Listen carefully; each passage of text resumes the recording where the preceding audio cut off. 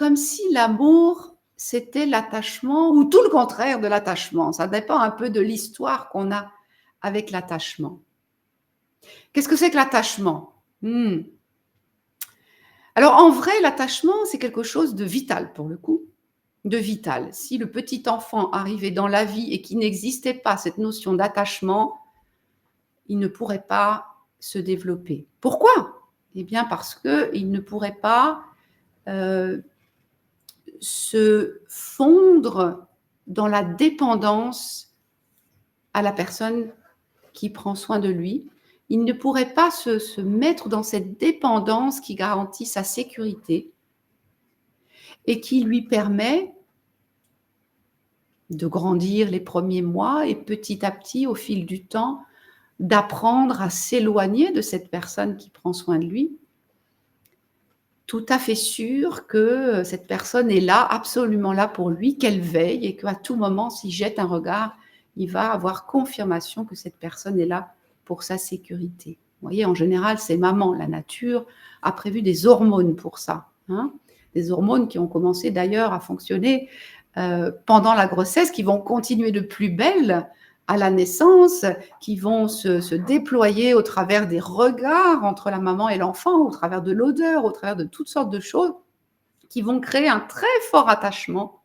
Les papas vont rester incapables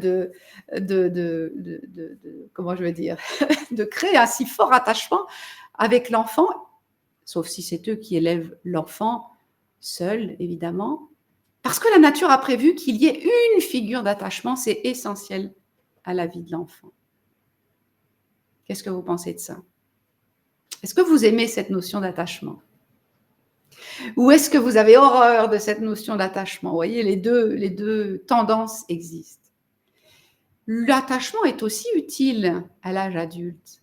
C'est important de s'attacher pour sentir qu'on va pouvoir ensemble faire quelque chose, que ce soit un collègue, un associé, ou que ce soit un compagnon, une conjointe. C'est important de s'attacher pour sentir qu'ensemble, on va pouvoir construire, faire des plans, qu'on a un peu de sécurité, qu'on n'est pas ballotté par le vent. Ça, c'est l'attachement. L'amour, c'est autre chose, totalement autre chose, même si c'est souvent mélangé. L'amour, c'est pas pour rester attaché, c'est pas pour nous attacher, c'est pour nous augmenter, nous ouvrir. L'amour, c'est pas pour moi, c'est pour l'autre. Aimer, c'est pas me vouloir du bien, c'est vouloir du bien à l'autre. Aimer, c'est cette capacité de donner gratuitement, de rayonner généreusement, sans attendre en retour. Qu'est-ce que vous dites de ça? Waouh, c'est exigeant, hein? Sans attendre en retour. Si j'attends en retour, c'est déjà plus de l'amour. C'est peut-être un peu plus proche d'un marchandage ou d'un attachement qui essaye de s'attacher encore davantage. Non, l'amour, c'est autre chose. L'amour, ça sort de moi, ça me fait me déployer. C'est bon pour l'autre et c'est bon pour moi en même temps. Et vous, quelle différence est-ce que vous faites entre amour et attachement? Et quelle expérience d'amour vous avez qui n'est pas, à proprement parler, de l'attachement, qui est vraiment de l'amour? Allez, je suis curieuse de vous lire. Alors, Swazik nous dit la notion d'attachement. Oui, mais que les pères ne puissent le développer. Ah, bien sûr que si, Swazik. Je me réjouis aujourd'hui de voir des pères qui ont un congé de paternité et qui passent des semaines à s'attacher à leur bébé comme les mamans. Bien sûr que si, heureusement. Et quelle belle invention que ce congé de paternité qui va créer un attachement entre le tout petit et son papa dès le début. Essentiel. Dans le temps, ça se faisait beaucoup plus tard. Ça avait tendance à se faire beaucoup plus tard. Bien sûr que oui. Et en même temps, le papa vous dira, il n'y a rien à faire. il a Dieu que pour sa mère. Vous voyez, à 8-9 mois, là, quand il y a un petit peu cette petite crise de l'enfant qui se sent effrayé que quelqu'un d'autre que sa maman s'occupe de lui. Vous voyez, c'est à ce moment-là qu'on va se rendre compte qu'il y a, malgré les deux attachements, hein, maternel et paternel, il y en a un qui est plus particulièrement essentiel, vital pour le petit à ce moment-là. J'espère que je t'ai rassuré, Swazik. Hein. Bien sûr que oui, je sais que c'est un peu délicat de faire des différences hommes-femmes aujourd'hui. Et en même temps, vous voyez, pour élever un enfant, on doit se référer à des choses qui sont solides. Et l'attachement en fait partie.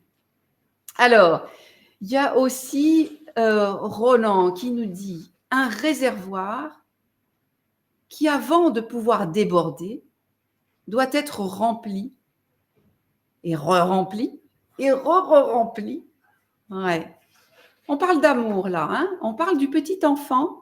Quand il est petit, il n'est qu'un réservoir. Vous voyez, il est là pour téter, hein, se nourrir, recevoir des soins et recevoir de l'amour, beaucoup d'amour, encore beaucoup d'amour.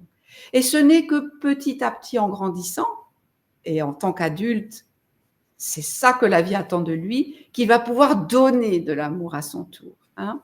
Et s'il n'en a pas eu assez petit, il se pourrait que son vase soit un peu percé, qu'il ait besoin encore et encore d'en recevoir. Mais en vrai, être pleinement adulte, être pleinement guéri des blessures de la vie, c'est avoir cette capacité à donner, donner, donner, sans attendre en retour.